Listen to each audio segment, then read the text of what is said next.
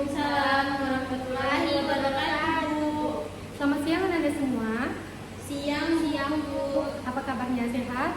Sehat Bu, alhamdulillah. Baiklah, kepada Anda semua, tolong rapikan kursinya dan apabila ada sampah tolong dibuang ya Anda. Ya Bu. Baiklah, di kelas ini ada kalian tidak hadir? Hadir semua Bu. Alhamdulillah, makanya hadir semua ya. Baiklah. Pada pertemuan sebelumnya kita sudah mempelajari tentang apa itu hukum jual beli, dan di sini ada pembelajaran hari ini kita akan membelajar tentang apa? Ada yang tahu? Mawaris Bu. Ya, benar sekali. Pada hari ini kita akan mempelajari tentang mawaris. Sebelumnya, ada yang tahu apa itu mawaris? Nggak tahu Bu. Warisan Bu. Ya, betul. Mawaris itu ialah warisan. Pengertiannya sendiri, mawaris itu berasal dari kata waris, yang berarti berpindahnya harta atau kepemilikan suatu benda dari orang yang meninggal dunia atau pewaris kepada ahli warisnya yang masih hidup. Dan ilmu yang mempelajari harta yang menyangkut waris ini dikenal juga dengan istilah faraid. Lalu bagaimana dengan dasar hukumnya? Dasar hukum waris itu sendiri terdapat dalam firman Allah, Quran surah An-Nisa ayat 11. Baiklah, anak-anak semua ada yang bisa membacakan suratnya atau artinya saja? Jadi bisa Bu artinya. Ya, betul. Kepada Ananda Nagi, boleh dibacakan artinya? Bismillahirrahmanirrahim. Artinya, Allah mensyariatkan dan mewajibkan kepadamu tentang bagian warisan untuk anak-anakmu, yaitu bagian orang anak laki-laki sama dengan bagian 2 orang anak perempuan. Dan jika anak itu semuanya perempuan yang jumlahnya lebih dari 2, maka bagian mereka 2/3 dari harta yang ditinggalkan. Jika dia anak perempuan itu seorang saja, maka dia memperbolehkan setengah harta yang ditinggalkan. Dan untuk kedua ibu dan bapak, bagian masing-masing 1/6 dari harta yang ditinggalkan. Jika dia yang meninggal mempunyai anak, jika dia yang meninggal tidak mempunyai anak, dan dia diwarisi oleh kedua ibu dan bapaknya saja, maka ibunya mendapat 1/3.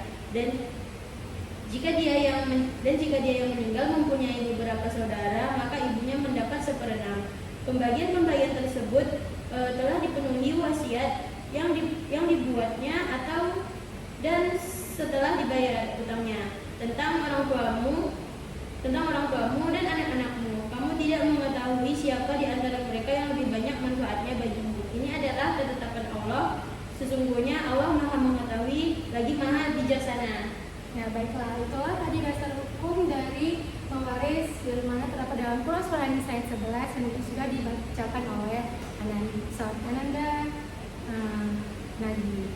Baiklah, dasar hukum yang kedua yaitu dari sabda Rasulullah SAW. Saudara Dina, saya membacakan artinya. Artinya saja Bu. Boleh? Kalau mau baca ini juga boleh. Al-Hiful Faroida bi ahliha fama tarokat faraidu fali aula rajulin kasarin. Rawahul Bukhari wa Muslim. Artinya, berikanlah bagian-bagian warisan kepada yang berhak, maka bagian tersisa bagi ahli waris laki-laki yang paling dekat. Hadis riwayat Bukhari dan Muslim. Baiklah, anak-anak semua, itulah dasar hukum yang mendasari dari mewaris itu sendiri, yang mana terdapat dalam Quran surah An-Nisa ayat 11 dan sabda Rasulullah yang diriwayatkan oleh hadis Bukhari dan Muslim. Lalu bagaimana dengan rukunnya? Rukun mewaris itu ada 3. Yang pertama, pewarisnya, yang mana pewaris ini adalah orang yang memiliki harta warisan yang telah meninggal dunia dan mewariskannya kepada ahli waris. Dan yang kedua itu adanya ahli waris. Ahli waris ini adalah orang yang dinyatakan memiliki hubungan nasab atau kekerabatan yang merupakan hubungan darah, hubungan akibat perkawinan, atau akibat memerdekakan budak atau hamba sahayanya. Dan yang terakhir ialah tirqah. Tirqah ini adalah seluruh harta peninggalan dari si mayat itu. Lalu bagaimana dengan syaratnya? Syaratnya yang pertama ialah pewaris ini benar-benar telah dinyatakan meninggal dunia dan ahli waris dalam keadaan hidup saat pewaris sudah meninggal dunia. Dan yang terakhir ialah harta tersebut dibagikan kepada ahli waris yang berhak setelah dikurangi biaya perawatannya, pengurusan jenazah, utang, dan yang sesuai dengan ketentuan syariat Islam. Lalu sebab mendapatkan warisan. Yang pertama, adanya hubungan nasab atau kekerabatan. Contohnya, misalnya kita anak dan ada seorang ayah. Misalnya kita meninggal, berarti kan kita ada hubungan ayah dan anak. Berarti itulah yang mendapatkan warisan. Gitu. Yang kedua, hubungan perkawinan. Ada hubungan pernikahan. Misalnya seseorang dari keluarga yang berbeda lalu menikah, maka yang menikah itu bisa mendapatkan warisan dari setelah dia menikah. Gitu. Jadi ada pun yang ketiga itu ialah wala. Ada yang tahu apa itu wala? Orang yang memerdekakan budaknya, Bu. Nah, bagaimana maksudnya dari wala itu? Majikannya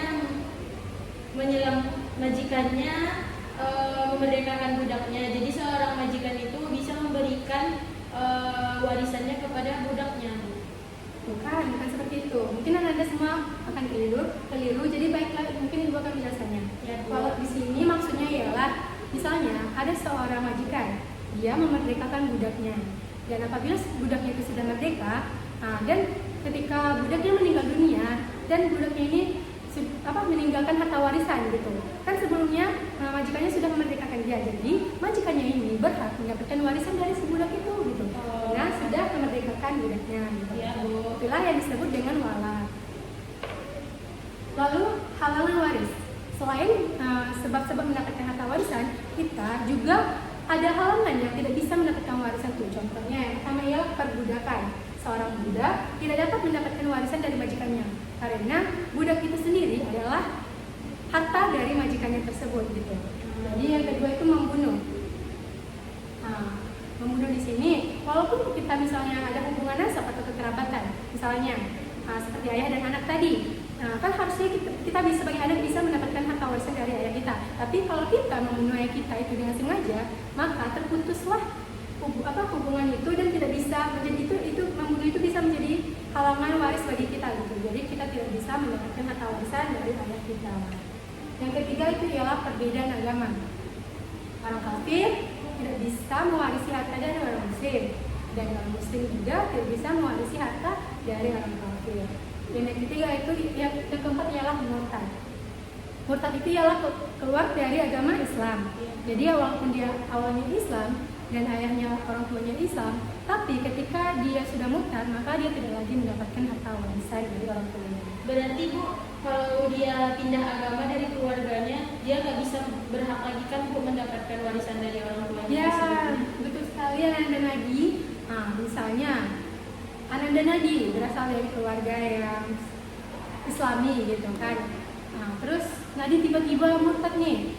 Jadi kalau dari agama Islam, padahal sebelumnya harusnya kan Nadi mendapatkan harta warisan itu, tapi ketika Nadi sudah keluar dari agama Islam, maka Nadi tidak berhak lagi mendapatkan harta warisan dari orang tua Nadi. Ya, Bu. Ya, seperti itu. Dan yang terakhir yaitu adalah ahli warisnya. Gitu. Sebenarnya ahli waris ini banyak sekali golongannya, banyak sekali. Misalnya dari laki-laki aja itu sudah 15 orang gitu. Jadi tapi karena itu pembahasannya akan kita bahas minggu depan. Jadi di sini Ibu hanya akan membahas tentang 5 ahli waris yang wajib, yang pasti sudah mendapatkan ahli warisannya gitu. Yang pertama yaitu ialah suami. Suami ini pasti gitu mendapatkan harta warisan gitu. Yang kedua ialah istrinya. Yang ketiga ayah, yang ketiga ibu, dan yang kelima ialah anak kandung, baik itu laki-laki maupun perempuan gitu.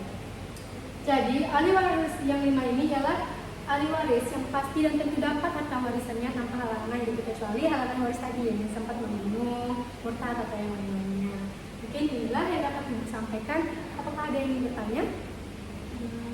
Sudah paham, Bu. Sudah paham, Bu. Karena Anda sudah paham. Yakin sudah paham semuanya? Paham, Bu. Nah, coba sebutkan siapa 5 orang yang ahli waris itu yang pasti mendapatkan harta warisan. Pertama ada suami, Bu. Ya, kepada saudari Nadi coba ke depan. Oke, Bu.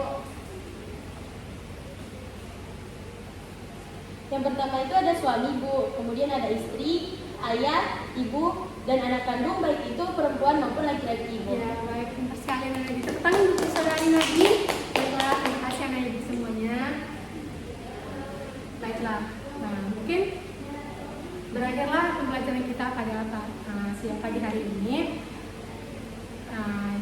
Sebelumnya Ibu akan memberikan tugas kepada Anda, karena minggu depan kita akan membahas konsep tentang, kan ini sudah waris, jadi besok itu kita akan membahas tentang wasiat. Jadi Ibu minta kepada Anda semua untuk mencari konsep pengertian dari wasiat itu apa saja yang ada di wasiat itu. Tolong Anda cari semuanya, tulis di rumah, dan minggu depan akan Ibu tanya untuk pembahasan uangnya. Dan waris ini mungkin akan Ibu tanya lagi kepada Anda supaya masih ingat tentang ahli waris ini. Iya, Bu. Mungkin sekian yang dapat Ibu sampaikan. Setelah Ibu akhiri, wabillahi taufiq wal hidayah. Assalamualaikum warahmatullahi wabarakatuh. Waalaikumsalam, Bu.